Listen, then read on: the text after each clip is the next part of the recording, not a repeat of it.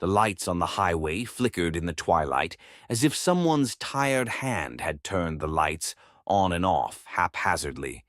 J.D. Vance turned off the highway, trying to remember who had recommended this diner to him. It seemed to be a young guy from the press center who had once mentioned a special place in the suburbs, promising great coffee and the best fries around. At first, J.D. dismissed the suggestion. He wasn't in the mood or energy to check out anyone's gastronomic advice. But the closer he got to Springfield, the more he reminded himself that he needed a break. It was past midnight.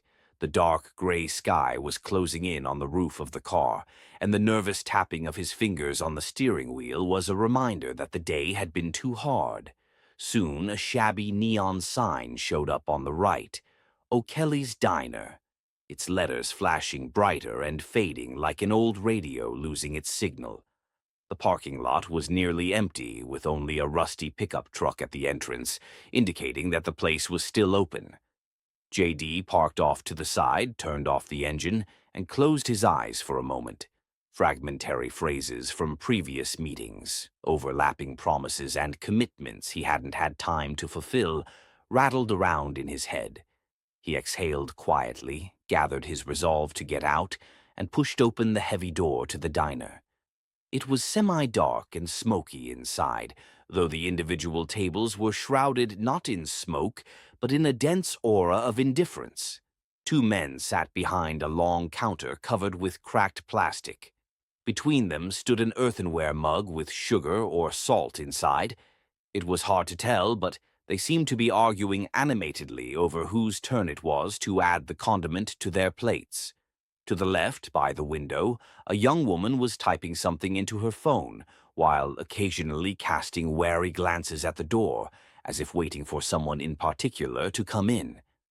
At the back of the room was an open doorway, which probably hid the kitchen, and there, judging from the muffled thuds, the cook was still busy cleaning or preparing something for tomorrow. J.D. lowered his eyes to the clock. 1:30. At this late hour, he'd expected to see the doors closed and the lights out, but the sign was blinking, and the diner was clearly not going out.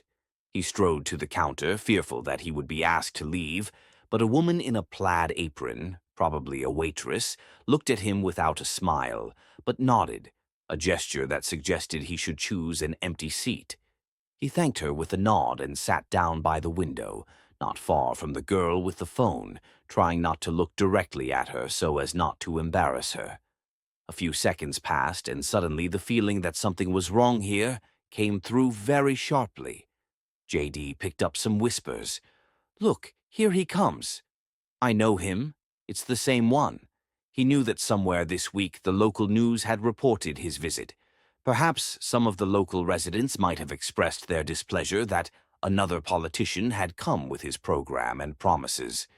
Rumors had reached him that many in the county were skeptical of his figure, especially the way he tried to balance the old-school politics with the true interests of those at the machines and on the farms. Probably some of the diners really weren't happy to meet him here in the middle of the night, on their turf. At this, the waitress's face remained impassive. She walked over, placed a laminated menu on the table, and said without enthusiasm, "Would you like coffee?" "Yes, please," he replied, trying to speak as politely as possible. She nodded and headed for the coffee machine, but on the way, one of the men at the counter called out to her, dropping a short phrase in a low voice. The waitress paused as if she'd made a decision in a second, and without turning her head toward J.D., she whispered something back. At this point, he felt a strange uneasiness. With those gestures, with that careful conversational manner behind his back, it was clear. People were discussing not the order, but himself, and deciding how to proceed. That's the way it is. Sometimes it only takes a sentence or two to make the atmosphere in a room thicken to the point where breathing becomes a little more labored. J.D. lowered his gaze to the menu. His eyes slid over the titles: homemade cherry pie, omelette with bacon, fried potatoes. The words swam. He remembered everything that had happened during the day, endless meetings, voter monologues, business dinners, and dry handshakes. He had come to Springfield for a reason. He had long wanted to understand why the degree of distrust of the people at the top was so high here, and now he had a unique chance to feel it to the fullest. The waitress returned with a cup of coffee, but she didn't put it on the table. Instead, she held the cup carefully in his hand, as if to let him know that she wouldn't linger near him for a second, and immediately afterward she straightened up and said, "I'm sorry, but we wouldn't want a scandal. Perhaps you'd better take your food with you." The words were harsh, though her voice remained quiet. JD met her gaze. He realized that if he asked her, "Why?" now he was unlikely to get an honest answer. She'd probably just repeat, "It's what's best for everyone." But he didn't want to give up. Not now, when it was the kind of conversation, however unpleasant, that might help him find out what people were truly hurting here. "I'm not planning any scandal," he said discreetly. "Can I just sit at this table and drink my coffee in peace?" The waitress pressed her lips together.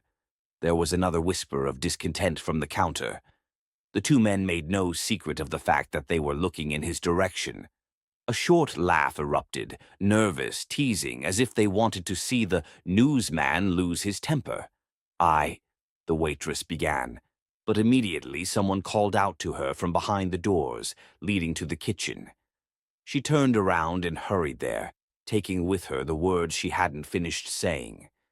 JD was left in a strange half-emptiness. The coffee in his hands had already begun to cool. He looked around.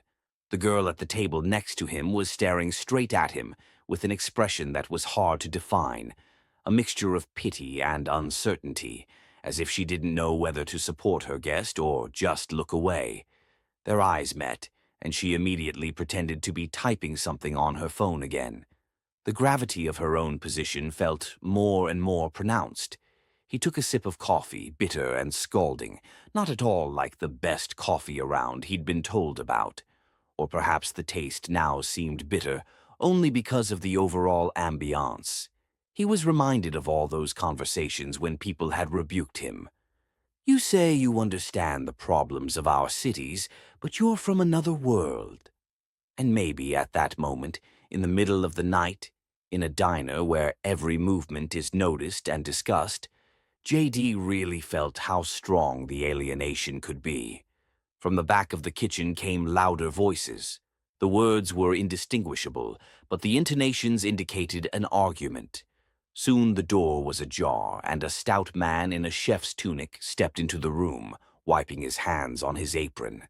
His scrutinizing gaze slid over the customers, then fell on JD. The cook walked over to the counter, leaned toward one of the men, and they spoke quickly. As a result, the cook nodded, turned around, and headed straight for JD. As he approached, the man rolled his shoulders slightly, as if he was preparing himself in advance for an unpleasant conversation. There was no hostile grimace on his face, but rather a frown of concentration. He stood across the table. "Sir," he began in a low voice, "if you don't mind, we'd like to ask you to leave." The words sounded so clear and direct that JD almost put his cup past the countertop. He'd expected something like this, sensed from the nervous atmosphere, but still the reality slammed in. He set the coffee aside, looked at the cook. He stood with his arms crossed over his chest, his gaze fixed stubbornly on the eyes of his interlocutor. "Can I at least know why?" JD asked softly. The cook shrugged. He shrugged as if to say, "You know what I mean," but he added aloud, "We don't want any noise, and we don't want anyone videotaping you getting into an awkward situation. You'd better leave." "And who decided that?" "Did you decide that? Or did the owners tell you that?" JD asked, trying not to raise his voice. The cook reconsidered with the men sitting at the counter. They were obviously friends or regulars. They seemed too confident about the place. One of them hummed briefly. The other shook his head as if to say, "You were told to leave. What more do you want?" The cook sighed. We all did. He said it with such regret that for a moment it seemed that there was a shadow of doubt inside him, as if he did not fully believe in the rightness of the decision. But reason said, to serve such a customer would risk negative publicity, and in small towns, that publicity could translate into boycotts or attacks from detractors. Perhaps the diner didn't want to be associated with unnecessary conflicts. Why do we need trouble? JD looked around again. The girl at the next table didn't seem to blink, so attentive was she to their conversation. The two men at the counter didn't hide their interest either. The waitress, who had returned from the kitchen, stood a few paces away, nervously rubbing the edges of her apron. The general pause was languid. "I'm not going to make trouble. I just wanted to get some coffee and maybe something to eat," JD answered calmly, trying to keep his voice as friendly as possible, rather than defensive. But he could feel that no matter how hard he tried, the situation was already heating up. There were two ways out: to obey and walk away, or to try to explain himself and hear what they wouldn't normally say in person. Maybe now, in this tiny diner, he'd get more honesty than at all the official receptions combined. "Sir, please," the cook repeated, a little softer now, but with the same meaning. "Leave the establishment." JD stood up then. He didn't want to fight or shout or remind them of their position. Such behavior would only confirm the stereotype. They all think they're above the ordinary people. But to simply walk away in silence was to admit that dialogue was impossible. So, standing in front of the cook, he asked a question. "Do you consider me a threat? Or do you feel that my views do not suit you?" The cook was confused for a second, as if JD had hit the point where a coordinated plan ends and real feeling begins. But he managed to pull himself together. "People say you sell everyone beautiful promises and then don't keep your word. Or you keep it, but not for the people who really need it. And here we have workers, families struggling to make ends meet. They don't believe your policies are for them." That short phrase, "people talk," cut JD more deeply than it might have. He realized that such words were a typical expression that hid a collective distrust. Still, he asked a counter question. "Do you personally feel the same way?" The cook took a step back, looking to his friends at the counter for support. One of them, with a bushy beard, grumbled, "We've seen it all, every election campaign. You're all the same." It was those words that became the boundary. JD straightened his back for a moment, as if inwardly gathering himself. He knew that many of his political opponents used the same accusations, making people believe that he was just another one trying to make his way to the top. But now, in the cozy lounge of a diner, somewhere on the backside of Springfield at night, that dry and unapologetic "you're all the same" came through, said without pathos, but with a clear verdict. There was a smirk on the cook's face, but it was more of a confused grin, as he seemed to fear that the guest would explode with indignation or threaten him. Not the kind of visitor one expects when opening a door at a late hour. But instead of yelling, JD turned to the waitress. "Tell me," he said quietly, "do you think this place is better off without me?" The woman flinched. She hadn't expected someone to ask her opinion directly.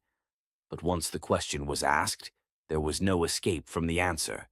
She waved her hands as if apologizing. "I was just told it was the right thing to do. I don't know," she said, trying not to meet his gaze. "I'm afraid that if we leave you here, we'll get reporters and stuff. Well, and the people here?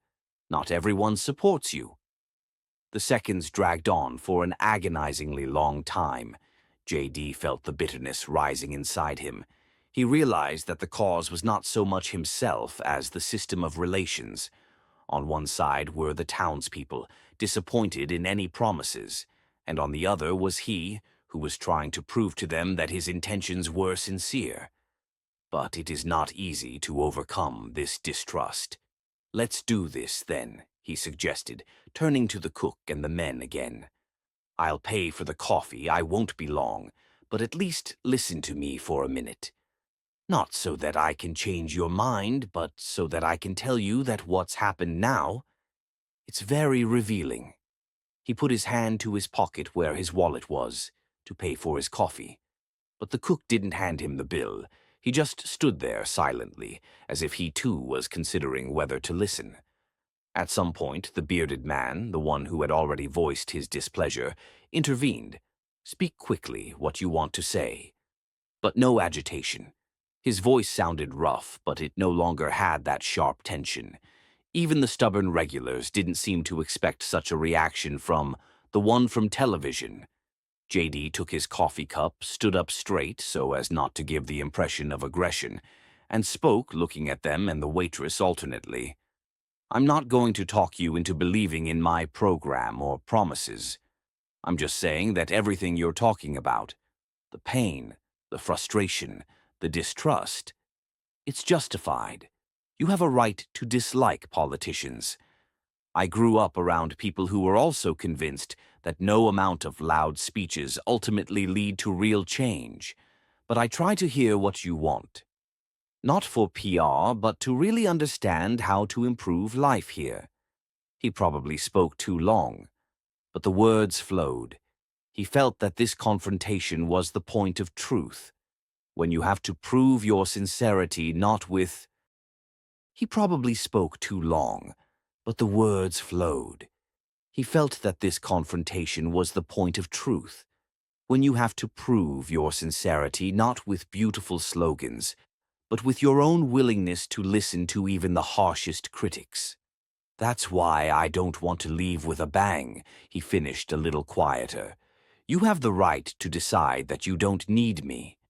But I also have the right to ask, do we have a way to talk without labels?" The answer was a few seconds of awkward silence. Then the bearded man raised an eyebrow. "You're cleverly wrapped up, but not convincing." With these words, he picked up the mug of beer, took a large sip, and continued to look at his guest with a probing squint. The cook stood there, looking at JD, the man, and the waitress, who looked down at the floor. "Okay," the cook said, turning away from the kitchen. "I don't want a fight or anything worse, so if you want to talk, you can talk. But I'm not going to cook for you, I'm sorry."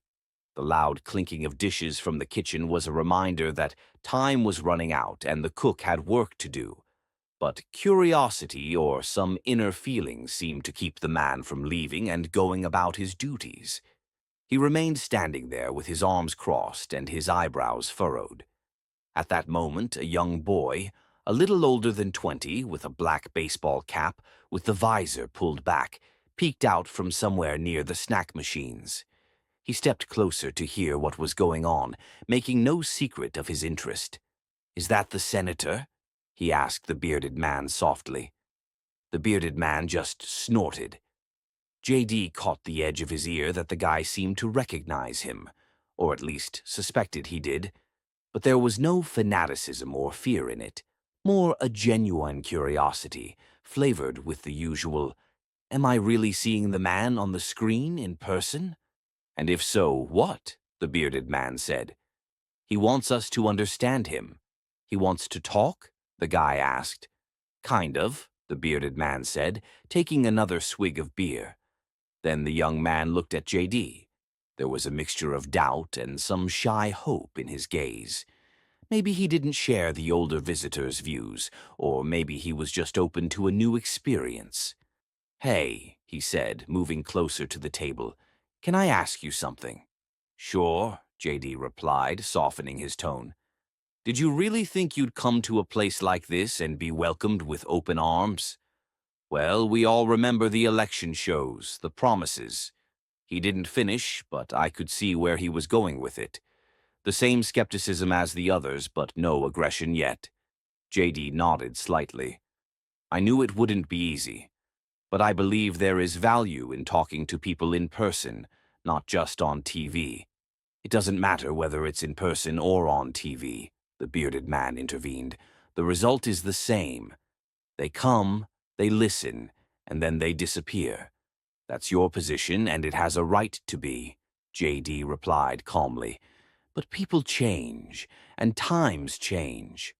All right, the young man said, lowering his gaze. I'm just tired of not being able to find a good job in the neighborhood. I'm studying at a technical school, but it's no use. Everyone's moving to the big cities. And what will you give us but words? That's a question J.D. had heard many times. He couldn't offer an instant solution, but he could offer honesty, something politicians often lack. He glanced at the boy. Right now, all I can do is listen, take notes, and try to work out steps that will really help. But I won't make any guarantees. Another awkward pause hung in the diner. This answer was clearly disappointing. No one likes to hear no guarantees from someone they used to think of as powerful, or at least influential. The bearded man snorted, and the cook shifted his gaze to the waitress, who was also looking down, wiping her dish. Hell, we're all out of guarantees, the bearded man said grumpily. And from you guys in suits, we want them. I realize that, J.D. said slowly, but I prefer not to lie.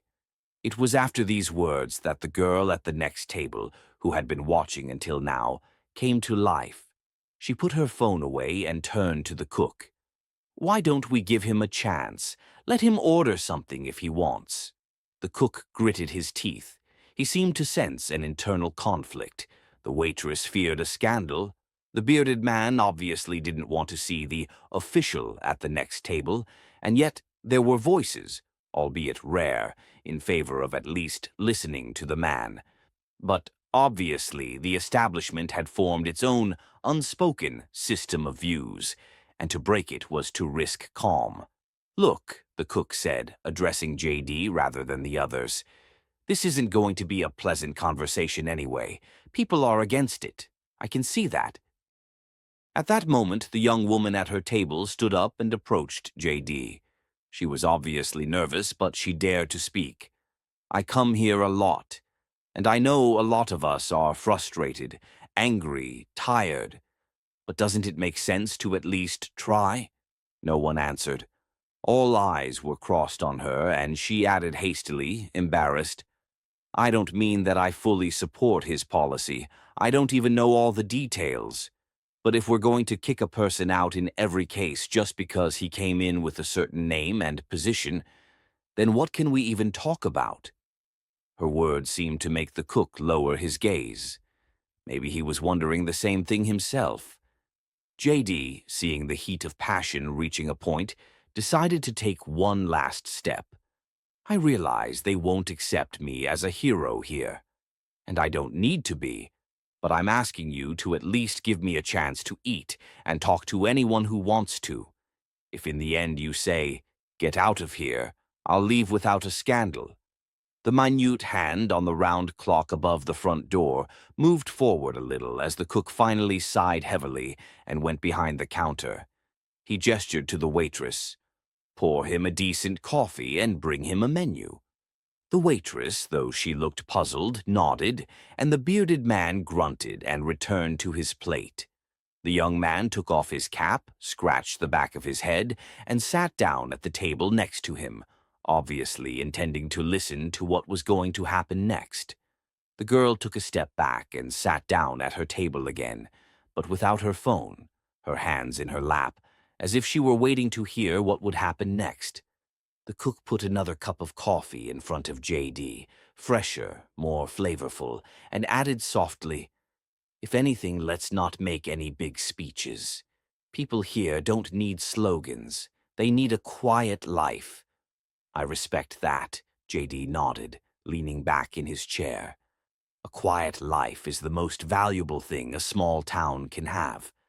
But sometimes it's not the person who comes to talk, but the fact that we're not ready to listen to the other person inside ourselves.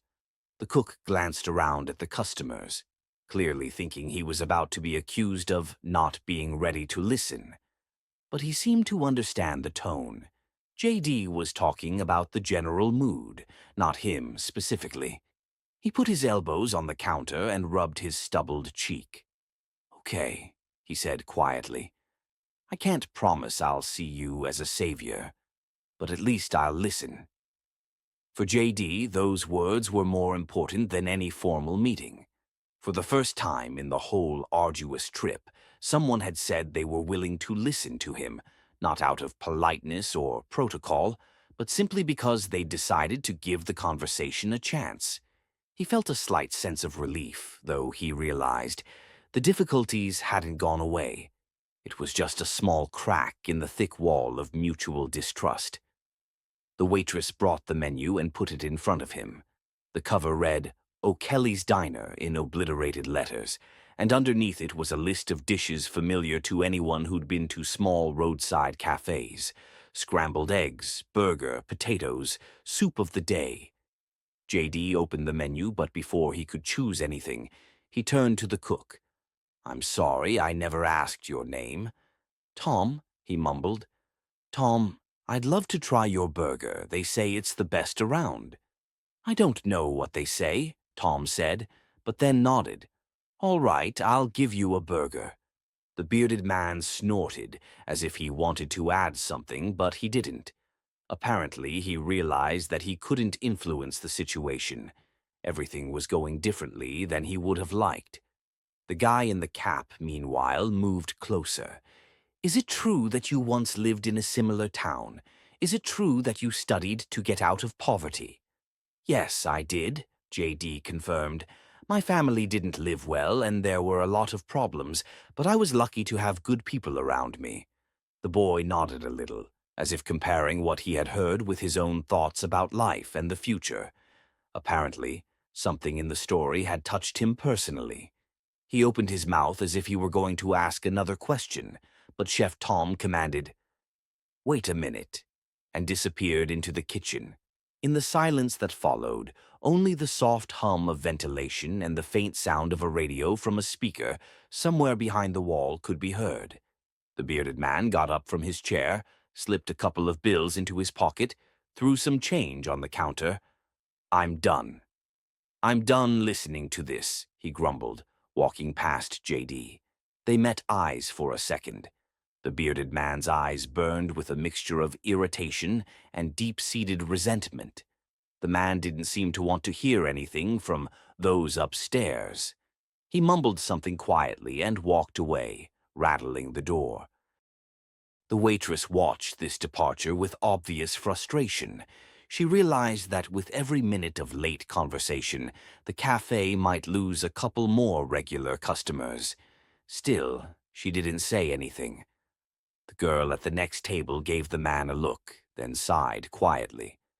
"That's what happens when you try to talk," she said bitterly, nodding at the man who was leaving. "Somebody won't even listen." "They have a right to," JD said softly. "I can't make people change their minds about me." He turned back to the waitress. "I'm sorry this is happening on your shift." The woman smiled timidly. "I just hope no one gets into an argument with a fight." "Me neither," he nodded in relief. Meanwhile, Tom had returned from the kitchen. He was carrying a plate with a burger and a side of potatoes. He put it in front of JD, even smiled, but quickly hid it behind his seriousness. "Try it at your own risk." "Thanks, Tom," JD replied, feeling almost childishly happy that he'd decided to be fed after all. "I'll pay for it, of course." Tom brushed it off. "The bill's at the end, if you want to take anything else."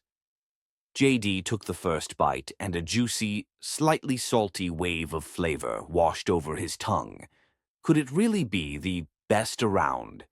Probably the taste was good, not only because of the really high-quality cooking, but also because the whole scene, the tense conversation, the willingness of people not to shut down completely, despite distrust, gave the food a special flavor. While JD was eating, a girl at a neighboring table asked, "Tell me, do you ever feel like you're loved somewhere? Or are you met with such skepticism everywhere?" He chuckled a little. "Truth be told, there are places where support is stronger, but I'm cautious about it too. I know that support can turn into disappointment if expectations are too high." She nodded understandingly. The guy in the cap continued to listen, almost without interrupting. He seemed interested in seeing the politician not through a TV screen, but sitting like this, in person, biting into a burger and trying to remain calm in an environment where he wasn't initially wanted. Tom stood at a distance, arms crossed, watching intently. Maybe he was figuring out what kind of publicity it would have for the cafe tomorrow if one of the customers told social media that the same J.D. Vance had been sitting and talking to the locals. Or maybe he just wanted to see for himself if the man at the table was sincere.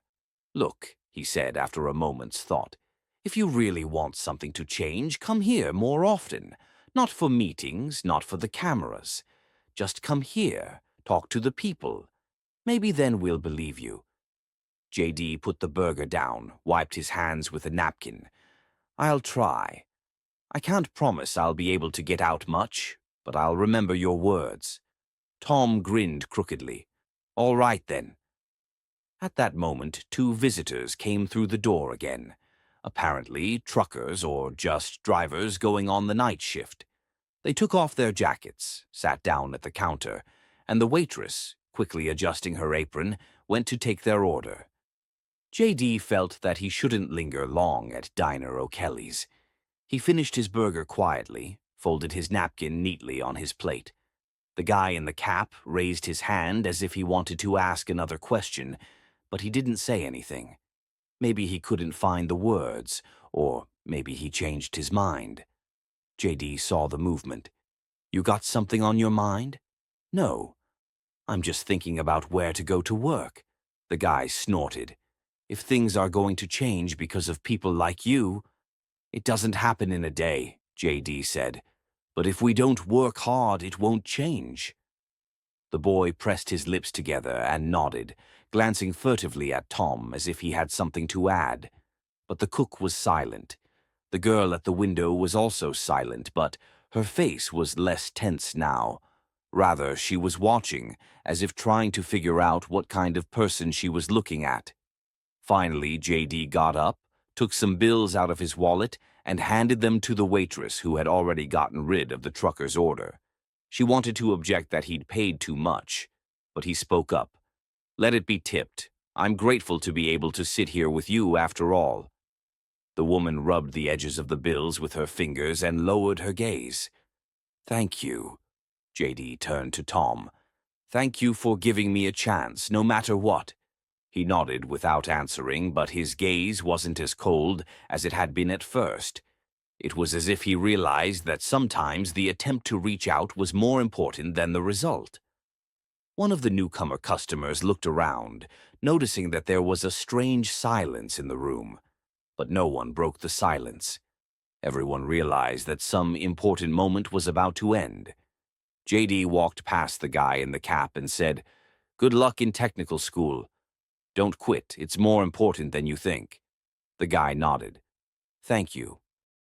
On his way out, stopping at the door, J.D. looked around at the customers, the cook, the waitress, the girl with the phone, the truckers at the counter. It seemed he'd had a deeper conversation in the past half hour in the little late-night cafe than all his briefings for the past month combined. Some would continue to think of him as just like everyone else. Others might reflect. But the important thing is that the dialogue happened. He pushed open the door and stepped out into the darkness of the parking lot. The air was cool, windy. The neon of the sign kept flashing, as if winking goodbye. When he got into the car, he felt an unusual combination of fatigue and lightness.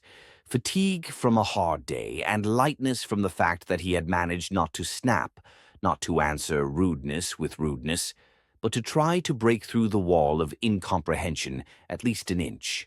I started the engine. The headlights illuminated an empty highway that went into the inky distance. On the back seat were folders with documents, a notebook and crumpled sheets with a list of issues he was going to discuss at the upcoming meetings in neighboring towns. But now, sitting alone in the car, all he could think about was that sometimes the big question isn't what solutions you offer, but whether you're willing to actually listen. and whether anyone is willing to listen to you.